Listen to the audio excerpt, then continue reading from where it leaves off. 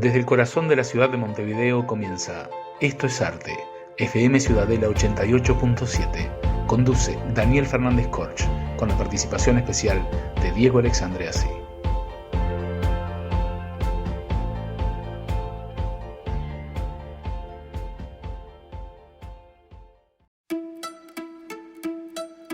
Estamos al aire en Radio Ciudadela 88.7 FM de tu buscador digital y nos encontramos en Esto es Arte, la frecuencia cultural que estabas esperando. Mi nombre es Daniel Fernández Corch y junto a Diego Alexandreasi haremos de los próximos 60 minutos un momento peculiar, atípico, divergente, diferente, para que también te puedas inspirar, ya que tratamos temas asociados a la creación, que siempre digo, ese proceso interno que puede tener muchas explicaciones, pero que nunca es igual para cada artista. Como siempre nos acompañan María García Marichal y Beatriz Marenco, cuyos aportes culturales son esperados y sorprenden semana a semana. Te recuerdo que después puedes bajar la aplicación y tenerla en tu celular para escucharnos en cualquier lugar desde donde te sea mucho más cómodo. Debes ingresar para esto a la página web que es www.fmciudadela.com.uy. También puedes dejarnos un mensaje si quieres al WhatsApp 092-337-877. Otra opción es, nuestro correo electrónico programaestoesarte@gmail.com. También después de nuestra salida al aire, el programa se sube a YouTube y ahí ya lo pueden compartir y por supuesto volver a escuchar. Esto es Arte apoya a la Asociación Uruguaya de Escritores, AUDE, disfrutando así de todas las actividades que ellos tienen, tanto las presenciales como las que son por vía Zoom, contribuyendo de esta manera a la difusión de las conferencias, homenajes y publicaciones de todos sus socios. El correo de la asociación es el siguiente: asociacionuruguayaescritores@gmail.com. Lo pueden utilizar para, si alguno se quiere asociar ahora, para el resto del año, ya que estamos comenzando, es el momento. Y les recuerdo que nuestra sede es en el Ateneo de Montevideo, donde sesionamos los días jueves de cada mes a las 18:30. Esto es Arte, es auspiciado por Visitas y Paseos Culturales Bintancourt Kunitsky, quienes además de tener paquetes educativos y recreativos ya armados, también pueden adaptarse a otras opciones de las que tú le puedas plantear. También hacen recorridos por el litoral de nuestro país, también hacen viajes para la Argentina, el sur argentino, que es bellísimo. Hemos subido algunas fotos ocasionalmente. Así que bien, para comunicarte con Bintancourt Kunitsky debes comunicarte al 097-115-979. Abrimos el programa de hoy con la agenda cultural.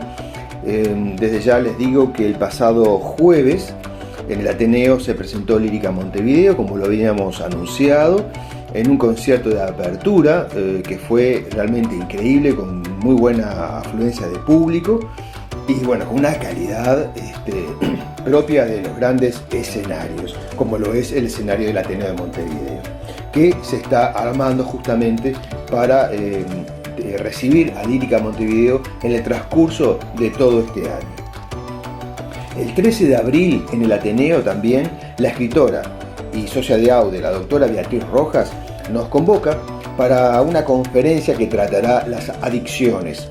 La doctora Beatriz Rojas estará acompañada por un equipo de médicos relacionados con las adicciones y también va a participar un músico de la escena del rock. El 20 de abril te esperamos en el Ateneo para el concierto de Pascuas, que brindará también la agrupación Lírica Montevideo llamado Sabbat Mater, que es de Rossini, una obra compuesta en 1831. Bien, amigos, les recuerdo que sí, que Visitas y Paseos Culturales Bintancourt Kunitsky auspicia nuestro programa y deben llamar al 097-115-979. Estás escuchando Esto es Arte en FM Ciudadela 88.7. Seguidamente ingresamos a Crónicas del Camino, donde Beatriz Marenco nos acerca historias sobre la vida ejemplar de muchos uruguayos, yo diría que también ilustres, pero que no conocemos porque forman parte de ese camino cultural del silencio o que han quedado en el olvido pero que están allí, que continúan formando parte de nuestra cultura y desde donde Beatriz Marenco nos provee siempre, cada semana, distintos significados que están en esas historias que nos cuenta para relacionarlos a nuestro presente. Con ustedes, Beatriz Marenco en Crónicas del Camino.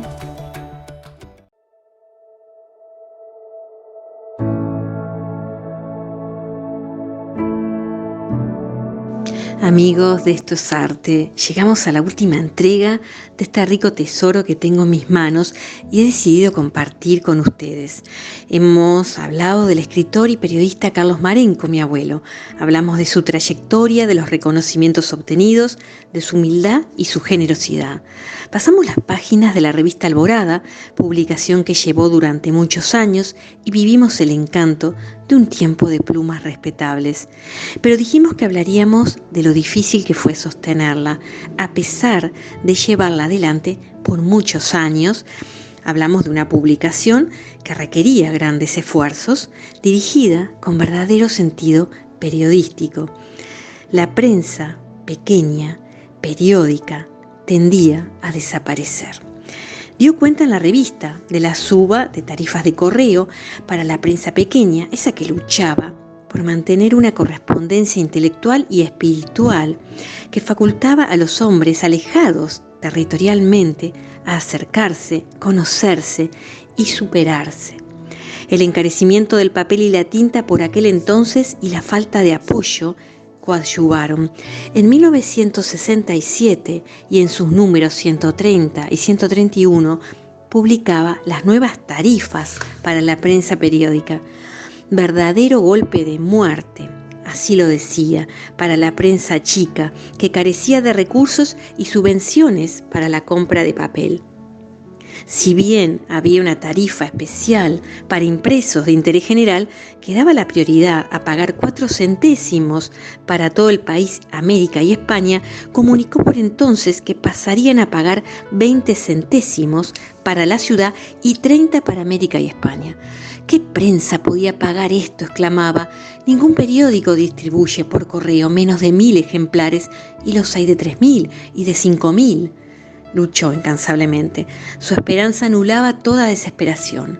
Muchos medios hicieron eco de esta circunstancia. Tal así fue el periódico Quijote, fundado el 15 de mayo del 49, que dedicara extensa nota, expresando con hondo pesar el inminente cierre como terrible y dolorosa realidad, así lo calificaba. Las publicaciones de barrios, expresaría por entonces, de entidades sociales, deportivas y culturales, de comisiones de fomentos, gremiales y de distintas ideologías también, carecían por entonces de una ley que los amparara. También lo hicieron medios argentinos de la época. Saverio Di Blasi le escribía por entonces: amigo Carlos, tanto cuanto hagamos con nuestros sacrificios creo que bien lo merece el ideal que nos alimenta. Opino que hoy más que nunca es la hora de la siembra en nuestra América.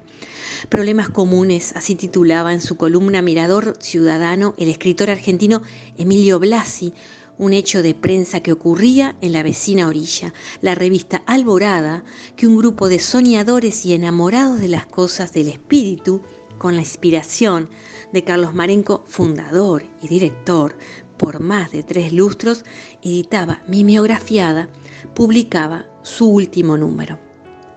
Reducido era el espacio, pero alentaba la posibilidad de hacerlo para que todos aquellos poetas, escritores y amigos tuvieran un boletín para el intercambio intelectual.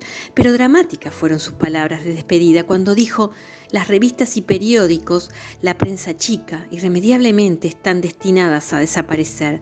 Cada día cierra uno y así lo harán todas. Cuando no haya prensa periódica, no habrá tampoco idealistas que pregonen su verdad, que digan su ideal, que fomenten la cultura y que difundan por doquier los valores jóvenes y nuevos de la patria nuestra y de las patrias de la América toda. En medio de vicisitudes de todo orden que podrán imaginar, que afrontadas con coraje hablaron de su persona, pudo llegar a un respetable número.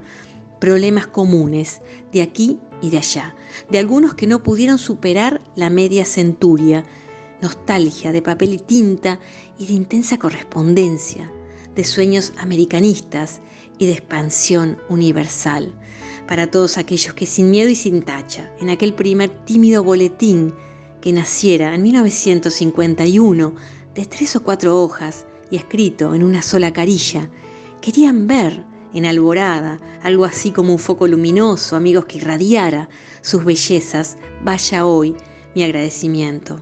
Así llega a mis días, agigantado, cruzando ámbitos, ensayando ímpetus, con poderoso brío, saturado de humano sentido, pero también de exigentes justicias que mucho tardaron en llegar. Hasta aquí vamos, gracias por acompañarnos y nos encontramos en el próximo programa. Les dejo un gran abrazo, amigos.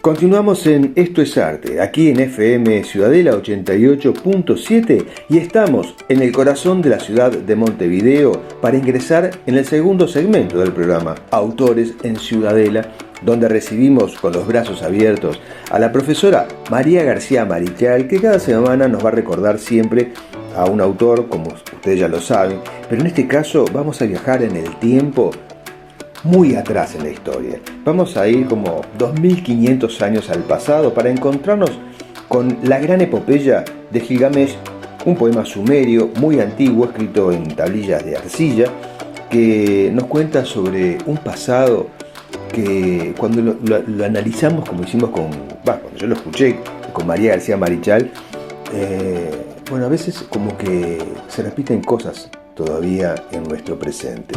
Así que bien, recibimos a María García Marichal en Autores en Ciudadela.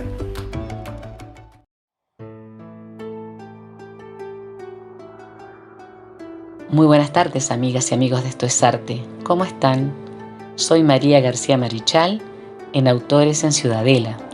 Un abrazo, Daniel, un abrazo a los integrantes del equipo de trabajo y mi saludo muy afectuoso a la audiencia de Esto es Arte. Hoy vamos a hablar de la epopeya más antigua de la historia humana, por lo menos hasta ahora conocida. La epopeya de Gilgamesh. Estamos hablando de una obra épica, escrita en verso, o sea que es épica pero además es poética, y es la más antigua porque restos de tablillas que contienen la epopeya se encontraron entre los escombros de las antiguas ciudades de Sumeria. Para ubicarnos geográficamente, Sumeria y Acadia constituían reinos, es decir, que ya estamos hablando de la plena civilización humana, la primera civilización, pero ya en florecimiento completo, en el sur de lo que actualmente es Irak. En aquel entonces, las ciudades eran ciudades-estado que se vinculaban a través del comercio principalmente. Vivían de la agricultura y de la ganadería y comercializaban sus productos. Y como era una zona seca, y lo sigue siendo, la agricultura se realizaba con regadío.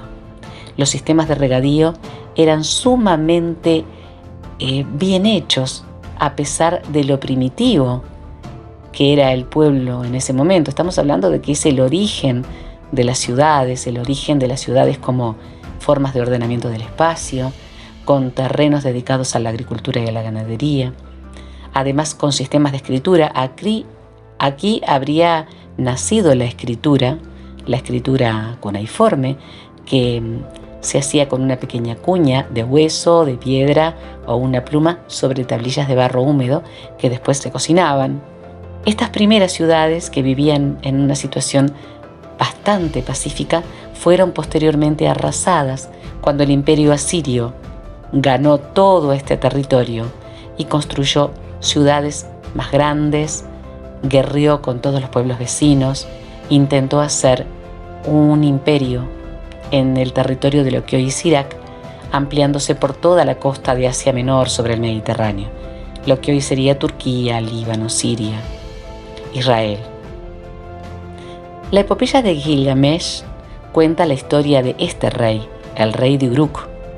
Uruk es una ciudad cuyos restos y su zigurat, la colina donde se construyó, existe en la actualidad y puede ser visitada, aunque la verdad es que en muchos de estos lugares existe todavía guerrilla. Es un área sumamente interesante de recorrer. Está en pleno desierto, lógicamente, pero en aquel entonces, rodeada de canales, permitía la agricultura, que a su vez era el alimento principal de la población. La ganadería era el otro y había un comercio muy activo. En esta época de las primeras civilizaciones hay además un impresionante crecimiento del arte, empezando por la alfarería, que era necesaria para guardar los granos, pero la pintura, la escultura, la arquitectura y, claro está, al tener un sistema de escritura, la poesía y la épica. Volvamos a Gilgamesh. Hace 5.000 años, este rey que gobernó Uruk, o Ur actualmente, ciudad sumeria que fue la más importante en el territorio de la civilización, fue buscando la eternidad, buscando la inmortalidad.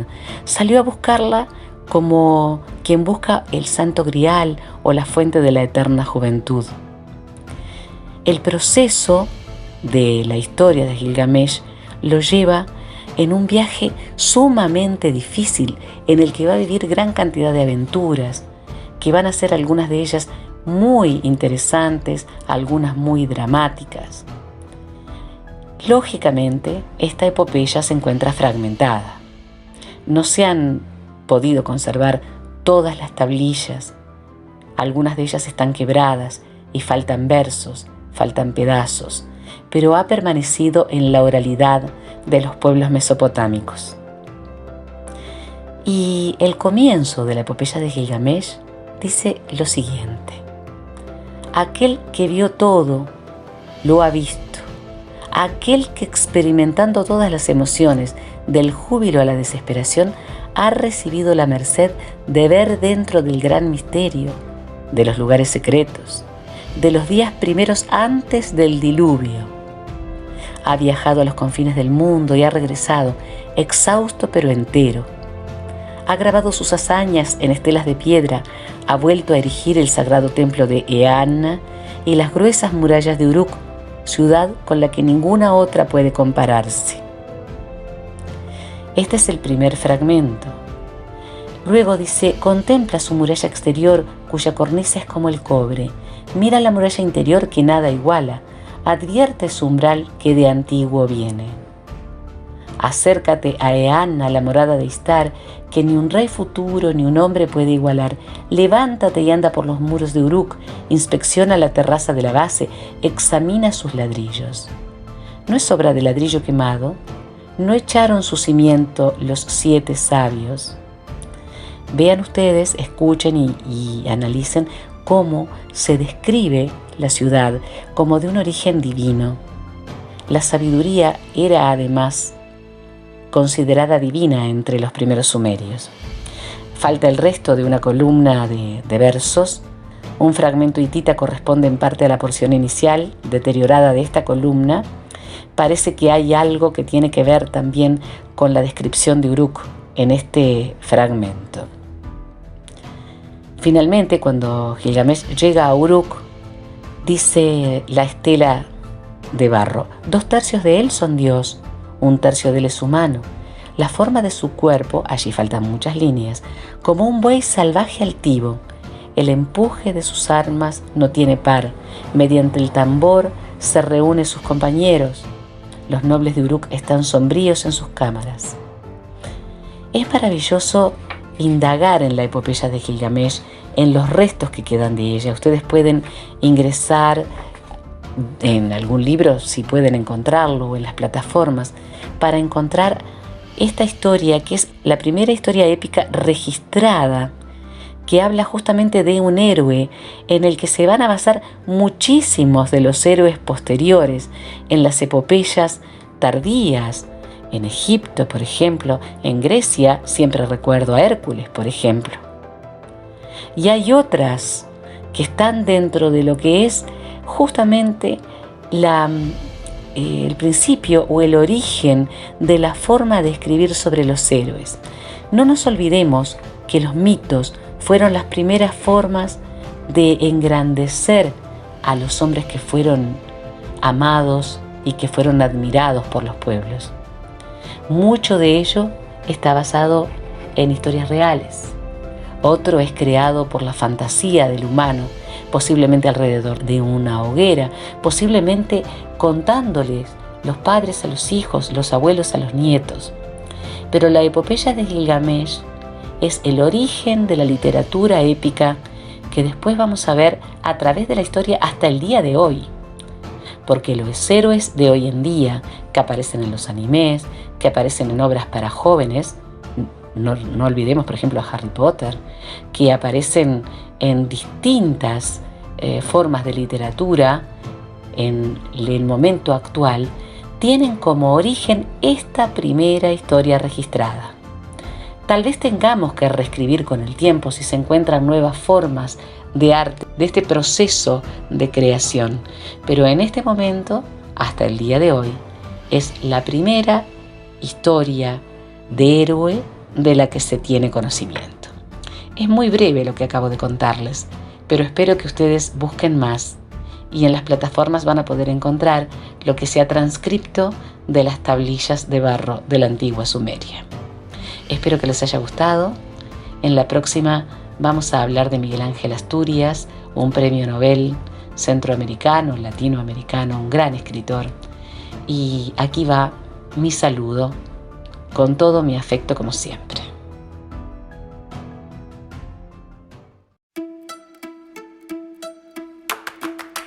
Después de haber escuchado la epopeya de Gilgamesh, a uno le queda toda esa historia, ¿no? Tan antigua y, como decía al comienzo, tan cercana todavía a nosotros de muchas cosas. Y ahora vamos al segmento Micrófono Abierto 88.7, donde es un espacio que está destinado a los socios de AUDE, de la Asociación Uruguaya de Escritores, para que nos cuenten sobre sus nuevas obras o anuncien la publicación o la presentación de su nuevo trabajo literario. En este caso, vamos a recibir a la escritora, maestra y amiga María Senatore, aquí en Esto es Arte, en Micrófono Abierto.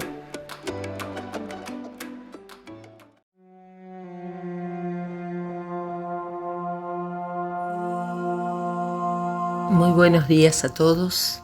Agradezco a Espacio Micrófono Abierto, agradezco a Daniel Fernández Corch que me ha invitado a participar de esta radio, de este espacio. Es para comunicarles, sin dudas, para invitarlos a acompañarnos en alguna oportunidad a la presentación de nuestra nueva obra. Marea de Palabras es su título y su título lo dice todo. Nos faltan las imágenes, sin duda nos falta el goce y no tanto que hemos sentido al profundizar en cada segmento, en cada enunciado, trozos de vida de mucha gente.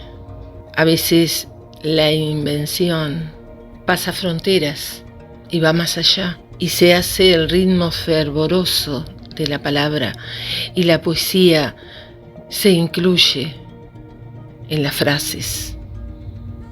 Hay un yo presente, hay momentos, hay lugares donde trozos de vida están inmersos y el frenesí se desata. La palabra para nosotros es fundamental y siempre, según mi pensamiento, palabras más, palabras menos, siempre existe aquello que hemos vivido y queremos expresarlo o ponerle alas. Según nuestras líneas, esas palabras más o palabras menos significan algo. Y de mis propias palabras surgen las acciones. En la senda solapada de un caballo troyano, y digo que se inmolan y renacen una y otra vez en querubines incoloros. Llevo tilo en mis pies y aljabas en mi pecho, pues es mi posesión en esta vida reminiscencia de otra, quizá en que una ninfa sostenía mi mano. De los mundos hay mucho que decir. Nosotros hemos tratado, ellos no se tocan. A mi modo de ver, es una tragedia que se instala en la vida de las personas. Los esperamos en cualquier instancia. Creo que para mí ha sido una experiencia nueva y ojalá para ustedes sea disfrutable. Muchísimas gracias y hasta pronto.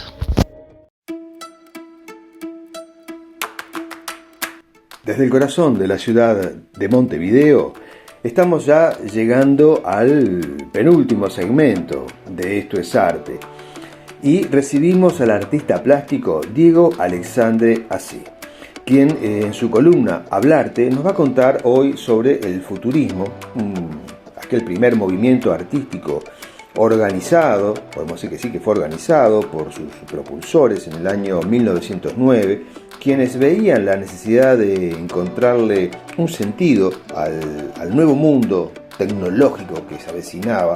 Pero bien, sobre esto Diego Alexandre nos va a hablar ahora en Hablarte. Hablarte, con Diego Alexandre.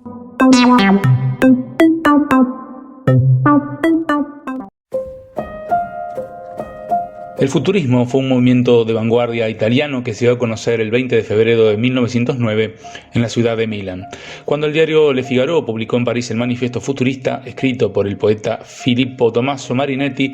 Pretendía expresar los valores y experiencias de la era de la máquina, velocidad, energía y fuerza, revolucionando las técnicas y el lenguaje de la literatura y las artes. Por eso asumió como nombre el término futurismo, que significa movimiento orientado hacia el futuro.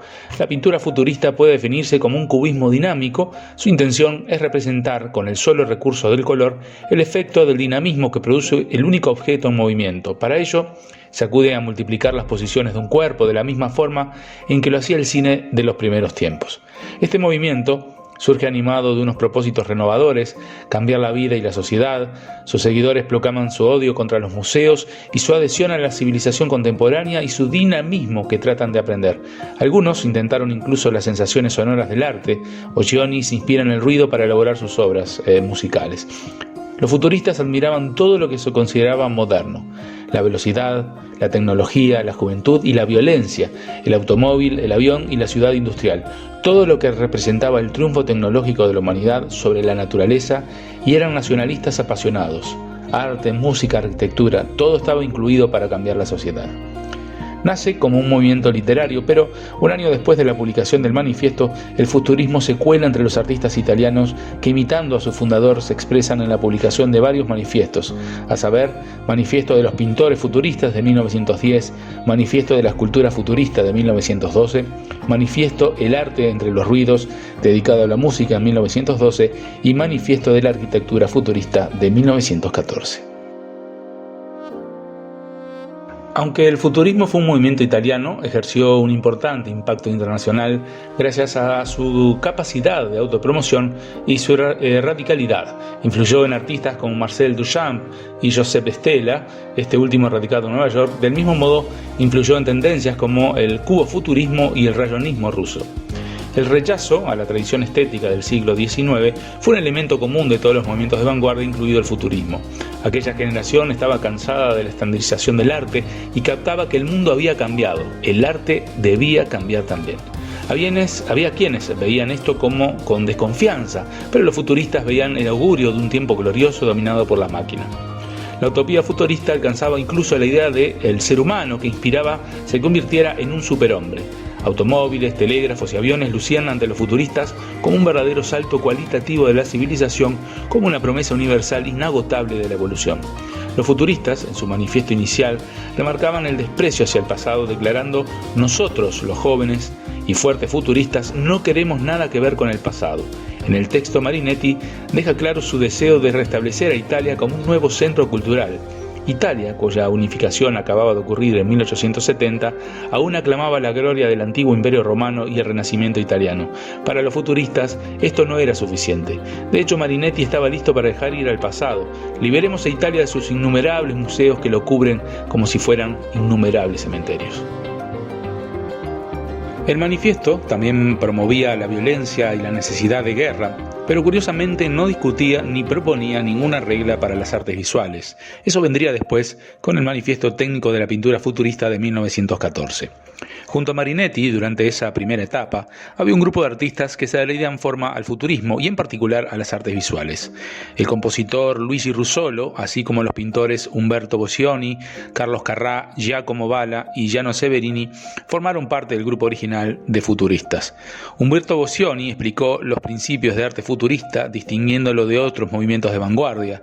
El impresionismo, por ejemplo, decía: mientras que los impresionistas pintan un cuadro para retratar un momento particular y subordinar la vida del cuadro a su semejanza con ese momento, nosotros sintetizamos cada momento, tiempo, lugar, forma, tono de color, y así pintamos el cuadro. Los futuristas también tuvieron una fuerte influencia del cubismo, que fue presentado al grupo por Giano Severini. Severini conoció el estilo durante su visita a París en 1911 e introdujo su uso de campos de color, partidos y pinceladas cortas a la obra de los futuristas. Los artistas principales del movimiento usaron estas técnicas para crear escenas aún más dinámicas, retratando desde ciclistas y bailarinas hasta ciudades en construcción. El futurismo se identificó con el nacionalismo extremo, de ahí que lo consideran años más tarde como un ascendente del fascismo. Sus escritores y artistas se convirtieron en promotores abiertos del militarismo y de la guerra, al punto de que muchos se enlistaron en la Primera Guerra Mundial, la mayoría murió en el frente de batalla, otros fueron gravemente heridos, y esto precipitó el fin del movimiento, aunque no de la estética. El futurismo no permaneció ajeno a las influencias del arte y a la estética contemporáneas de aquellos tiempos. En el Diccionario del Arte del siglo XX, Jan Chilvers sostiene que, en cuanto a las artes plásticas, el futurismo recibió la influencia del divisionismo, basado en la descomposición de la imagen en puntos de color, y del cubismo, que incorporaba múltiples planos en uno solo. En cuanto a las artes plásticas, el futurismo fue mucho más activo y prolífico en la pintura que en la escultura. Ambas, sin embargo, comparten principios semejantes. Entre las características de la pintura futurista, al nivel formal, contamos con los siguientes principios. El principio de línea de fuerza, que favorecía la interrelación y fusión entre los objetos y su entorno. El principio de continuidad del espacio plástico, el ritmo y el dinamismo, color vibrante y enérgico en la pintura, angulosidad frecuente, descomposición geométrica, cruzamiento de diferentes planos en un plano único. El uso de la técnica de exposición fotográfica múltiple, secuencia de imágenes sucesivas en un segundo, que al superponerse genera la percepción del desplazamiento, creado por Giacomo Balla.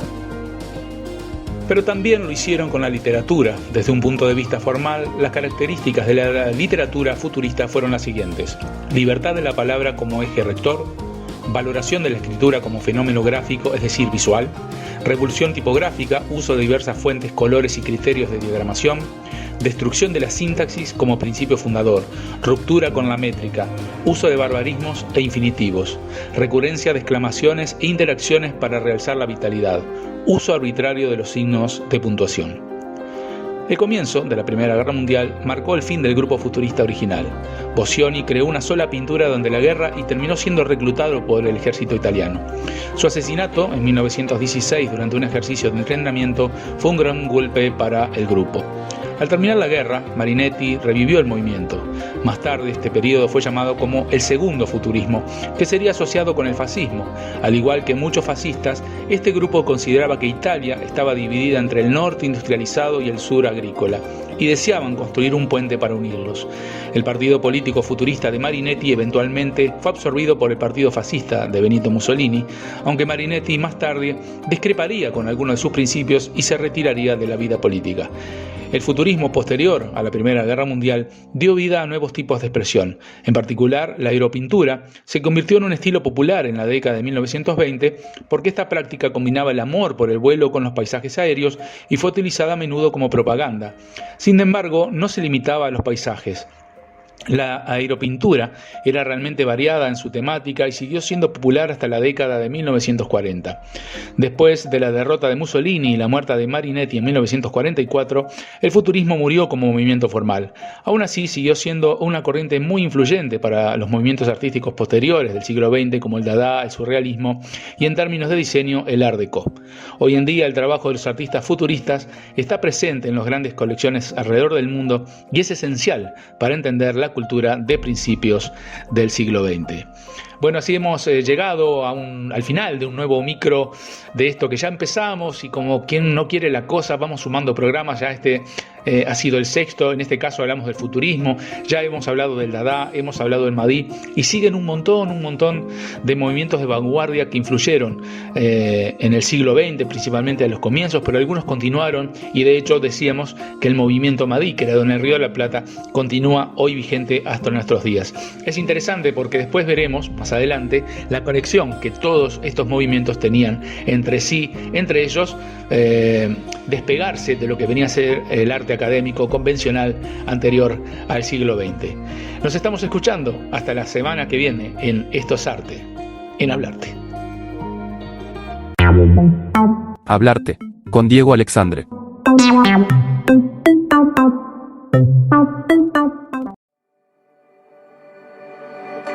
La entrevista con Daniel Fernández Corch.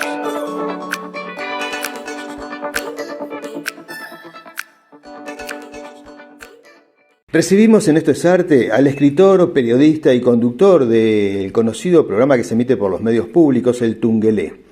Yo diría que la persona que viene ahora es casi una leyenda de nuestro centro cultural, tanto en radio como en televisión, como en publicaciones todas muy conocidas. Bienvenido a nuestro programa, Nelson Caula. Bueno, ¿cómo anda, querido Daniel?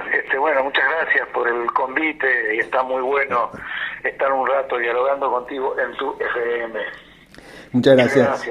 A ti, Nelson. Mira, Nelson Caula, para aquellos que de repente no tienen tan conocido su trabajo, es autor de libros que tienen que ver con yo diría que con la reconstrucción histórica de nuestro país, tanto en el periodo de independencia como en los hechos relacionados con nuestra historia más reciente, ¿no? Sí, hemos tratado de escarbar un poco por ahí. Yo me defino como un laburante de la identidad, de las raíces, y bueno, hay como un pasado un poquito más lejano y un pasado un poquito más reciente, al que trato de abordarlo en mis libros con un enfoque, bueno, por supuesto, histórico, desarrollo histórico. Bueno, a veces cuando se te cierran las puertas de la historia, golpearlas de la antropología, meterme un poco por ahí, muchas veces un ensayo medio rígido, pero poco rígido en cuanto a las honduras que trato de meterme y averiguar, y plantearlo muchas veces por el lado expresivo, más ligado a la crónica, aunque bueno, hay algún ensayo que por ahí no es crónica, pero trato de que se parezca bastante, lo más que se pueda, un poco por el aspecto fundamental y que nos involucra hoy a mí, y es el de la comunicación, porque hay que lograr comunicar las cosas a la mayor cantidad posible de gente, ¿no? Pero sí, he metido mucho, así un pasado medio lejano, un poco con los pueblos aborígenes, con la prehistoria, por decirlo de alguna manera, sí, un poco más clara, con Artigas, con, bueno, la peculiaridad mía, si se quiere, en el abordaje de Artigas, es que me tiré más por el lado de su vida privada, bueno, su familia, sus mujeres, sus hijos, y su entorno, ¿no? Indígenas, gauchos, bueno, africanos, entonces eso un poco en cuanto a la cosa medio como lejana. Y sí, después hay, en cuanto a abordaje, haberme metido en alguna época que tenía que ver con dictaduras, por los años 30, por ahí la de Terra, y fundamentalmente la previa y todo lo que pude de la última que tuvimos, ¿no? La llamada cívico-militar. por ahí andan un poco rondando mis temas, y bueno, está bien un poco por el lado del periodismo radial también. Sí. Lo último que salió, que fue una cosa que yo celebré hacerla, me hizo muy feliz hacerla, que fue un encare más por el lado de la música, que ahora hay muchos libros que se refieren a los discos, a los distintos músicos, a la biografía. Bueno, yo me metí un poco en el sector del candombe, que así se llama el libro, y bueno, ahí tuve la gran satisfacción de que me dieran a mí, que soy un escritor y que no soy músico, el mayor premio que se le da acá a los músicos, que es un grafiti. Es verdad, esto es cierto. Así que bueno, por ahí viene el camino, sí. Querido Daniel. Y tú has trabajado mucho la figura de nuestro prócer, ¿no?, de José Gervasio Artigas. Y si bien en nuestro país existen otras publicaciones, tanto de historiadores como de investigadores independientes, como que da la impresión de que no hay un concepto general sobre la vida de Artigas, ¿no? O sea, es como que hay muchas interpretaciones sobre su vida. Hay alguien que te muestra el Artigas más cercano a los indígenas, el que es más militar, el católico, el Artigas masón, el que se lo muestra como un hombre común, que es un poco también tu trabajo, ¿no? Pero, ¿quién era realmente Artigas? No, lo que pasa es que con el correr de los años y básicamente con abordajes que se hicieron, ponele, a fines de los 90, a principios del nuevo milenio, yo creo que lo hemos llevado a un buen reducto y a un buen lugar, ¿no? Él era un hombre 100% del universo rural de la época, un mundo rural que bueno, era muy distinto del que tenemos ahora, con un despliegue importante del gauchaje, de la vida en común con charrúas, minuanes, chaná, guaraníes, en algunos casos todos ellos puros étnicamente, pero en otros casos mestizados con el español,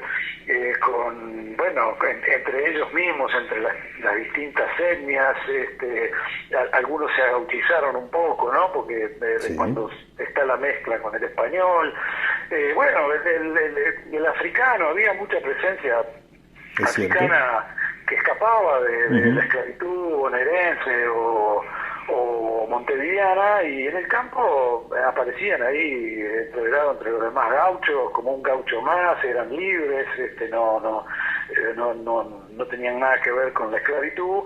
Y bueno, Artigas vive un poco cuando es niño en las chacras y en la estancia de sus abuelos y sus padres, un poco en ese mundo, con niños,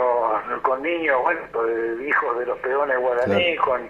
con hijos de los esclavos negros de la familia, eso desde muy chiquito, y después cuando se va para Villa Soriano y empieza con la extracción del cuero, que ese es un poco el primer trabajo que tiene, frente de una tropa de cerca de 200 troperos, donde estaban todos esos prototipos humanos que te cité antes, y bueno, él era un tipo más de ese mundo. Él había como una frontera entre lo que era el mundo de la conquista y la colonia, y un mundo que Pibel Devoto lo definía medio como selvático, que era ese universo rural un poco muy cerrado, pero eran como dos mundos, y por ahí hasta estaban enfrentados, ¿no? Claro. Artigas fue perseguido por la extracción del cuero, por haberlo llevado no directamente a España como era la obligación, porque tenían el monopolio, sino que lo desparramaban lo mandaba para Portugal, venían los barcos piratas ingleses que robaban para la corona, y ahí Artigas mandaba los cueros. Entonces, bueno, ese es el mundo rural, el mundo del corambre, un gaucho hecho y derecho, con una gran cabeza, influido por todas las ideas de la Ilustración, por ese contacto con el gauchaje, libre, casi enfrentado al poder de la colonia. No nos olvidemos que el grito de Asensio se produce ahí entre Villa Soriano y Mercedes, y bueno, Artigas tuvo mujer, hijo, viviendo en Villa Soriano durante más de 15 o 20 años, y la mayoría de la gente que vio el grito de Asensio en 1811 eran casi todos pobladores y habitantes de ahí de Villa Soriano, ¿no? Así que ahí también se genera un espíritu revolucionario bastante previo, y bueno, es lo que el factor digamos revolucionario independentista que surge en la banda oriental es un movimiento rural, no tiene nada que ver con las ciudades, no tiene nada que ver con Buenos Aires, por ejemplo, con la Junta de Mayo, es la peculiaridad. Y bueno, eso era Artigas, ¿no? Y por eso sus amores más importantes fueron mujeres charrúas, mujeres chaná, que fueron las madres de muchos de sus hijos, mujeres guaraní. Ese era su mundo, ¿no? Sí, eso decía eso. Eso lo vemos en el libro Las 9 mujeres de Artigas, ¿no? No, sí, también en los Artigas Ñemoñaré, en el primero, sobre todo, y también los otros dos, porque es pintar un poco cómo era ese mundo.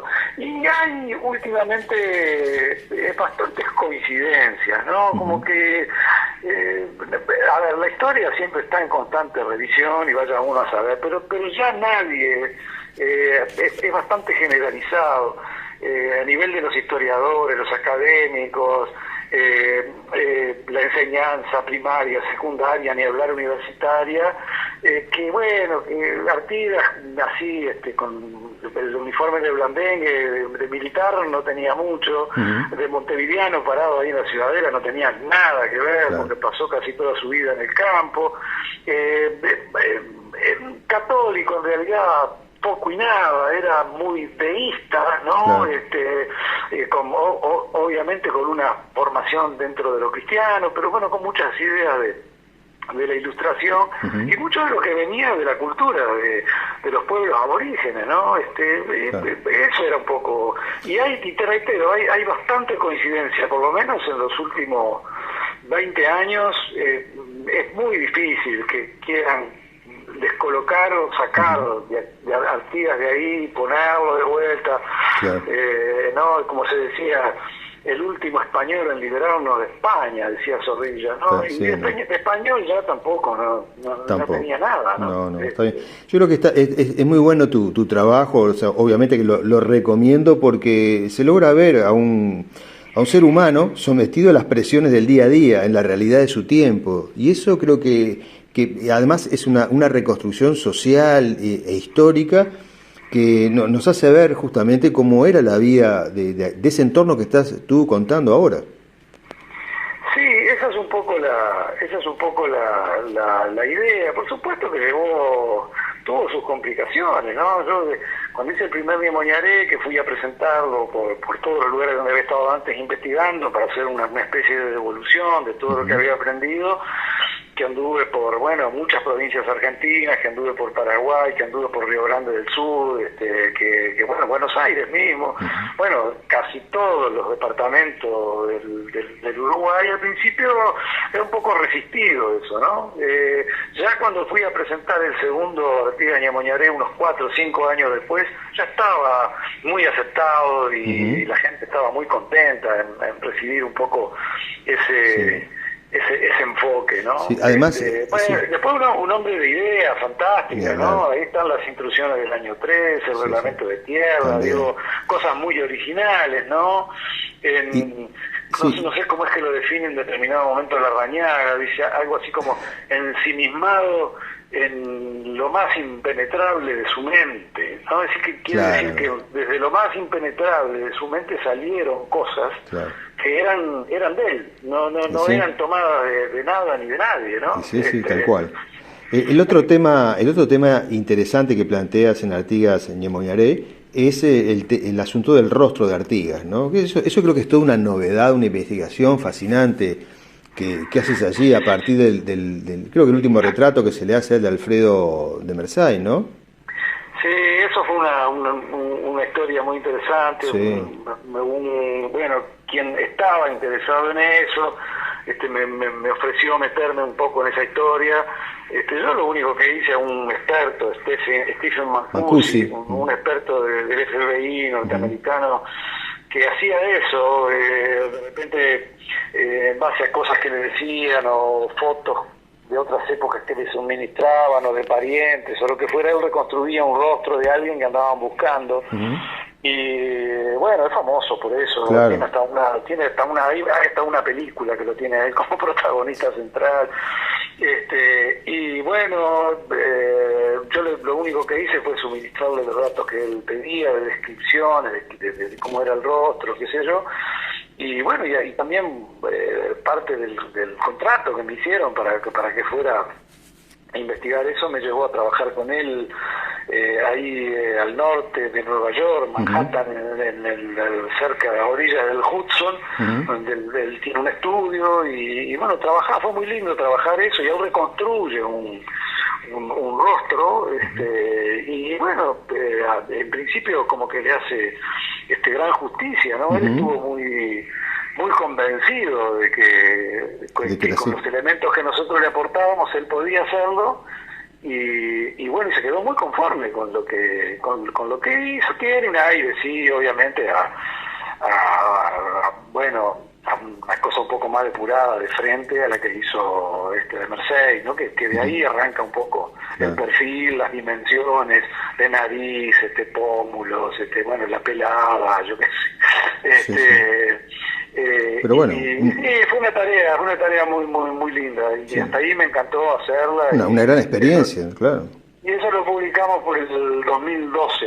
Ese fue el último artículo de Mañaré que apareció con el rostro de él. Sí. Nelson, otra cosa, tú fuiste el director responsable de la revista Guambia, ¿no? Sí. Desde 1983 al 95. Por lo menos, sí. Sí, que nació en un momento, bueno, en el que el país todavía era muy riesgoso publicar ese tipo de propuestas, ¿no? Bueno, era en base a humor. Sí. Estábamos en 1983, no obstante lo cual es una derivación de El Dedo, ¿no? Esta cosa que inventó antes Antonio Davesí, que también fue factotum, obviamente, de Guambia, ¿no? Y bueno, tuvimos clausura, ¿no? A pesar del 83 y que tuvimos elecciones en el 84, pero bueno, la del Dedo fue definitiva, la clausura. Después tuvimos otras esporádicas con Guambia, por algunos meses, por alguna edición. Fue complicado, pero lo que hay ahí es un núcleo de humoristas de una generación nueva. En ese momento la mayoría, bueno, Tunda Prada, Casalás, bueno, yo qué sé, todos los que laburaban ahí, bueno, Ontú, Fermín Ontú, también Ontú, eran todos veinteañeros, ¿no? Sí, y eran realmente geniales, ¿no? Se les ocurrían unas cosas humorísticas fantásticas, y además eran muy buenos dibujantes, y la revista por Antonio estaba muy bien diseñada, porque es uno de los mejores diagramadores de la historia de las publicaciones de acá de Uruguay. Entonces era una publicación muy linda, muy vistosa, y sí, fuimos haciendo nuestro laburo, mechando aquellos políticos que iban proscribiendo, los primeros sindicalistas. Bueno, fuimos dando cuenta un poco de todo eso, haciendo humor también con todo eso. Y bueno, tenía una socia muy fuerte, ¿no? Antes que se anticipó un poco en el Río de la Plata, que fue la revista Humor, ¿no? Característica que bueno, esa era argentina, pero causó el mismo fenómeno, vendió muchos ejemplares, es decir, un tiraje normal, era 17 a 25.000 ejemplares cada vez que salía, y hubieron algunos que vendieron 45.000 ejemplares.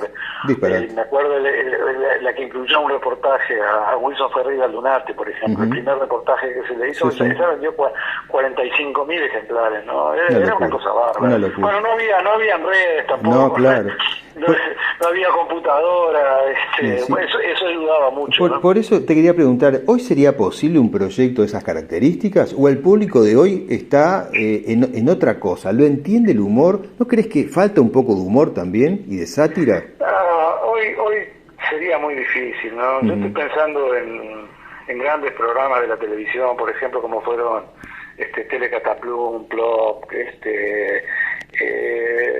con aquella gente, Palter, D'Angelo, Frade, bueno, yo qué sé, eran, bueno, De Nevi, que lo dirigió muchas veces. Eran grandes genios del humor. Ahora no hay, el programa humorístico va un poco por otro lado, ¿no? Por una fastuosidad escenográfica, ¿no? Aprovechando un poco efectos especiales y qué sé yo, y medio como que tenemos un humor choto, ¿no? Ha cambiado. No es un humor artístico, exacto, ¿no? Como el humor a través del arte, o el arte a través del humor, que era lo que hacíamos nosotros. Eso falta, sí. No, entonces es muy difícil. Y una vez planteando esta pregunta que vos planteabas con algunos ya veteranazos, ¿no? Antonio, sí, no creo que el Tunda, no me acuerdo quién más, y ellos se miraron como diciendo, ¿qué podemos hacer? Una revista digital, creo que lo intentaron, sacaron alguna, pero el humor de las redes es insuperable, porque cualquiera hoy por hoy te publica un par de frases en Facebook, Twitter, y te hace reír mucho, ¿no? Hay cosas muy graciosas, ¿no? De todos los planos, ¿no? De humor político, social. Entonces, ha cambiado. Es muy difícil competir con eso, es muy difícil. Bueno, entonces no creo que haya posibilidad de hacer una cosa, no sé, tendría que hacer una cosa muy promocionada, con mucho marketing, pero no la veo, y no la vieron estos locos también cuando lo conversábamos no hace mucho, 2 o 3 años que hablamos de eso. Bueno, Nelson, nos queda mucho para conversar, pero muchísimo, porque creo que vamos a dejarlo para otro encuentro, el de hablar sobre Ana la guerrillera, sobre Alto el fuego, que es un libro que marcó una época, sobre Candombe Beat, que hoy lo mencionaste. Así que bueno, te agradezco mucho este rato con nosotros. Bueno, para mí es un placer salir en tu programa, como recibirte en el mío, siempre, así que bueno, por un lado o por otro, nos volveremos a enganchar y conversar un rato. Yo creo que sí. Bueno, muchas gracias Nelson Caula por acompañarnos aquí en Esto es Arte, y nos encontramos en el corazón de la ciudad de Montevideo con la compañía del gran investigador, periodista, escritor, como dije al principio, una leyenda, Nelson Caula. Abrazo grande, hasta la próxima. Chao. La entrevista con Daniel Fernández Corch.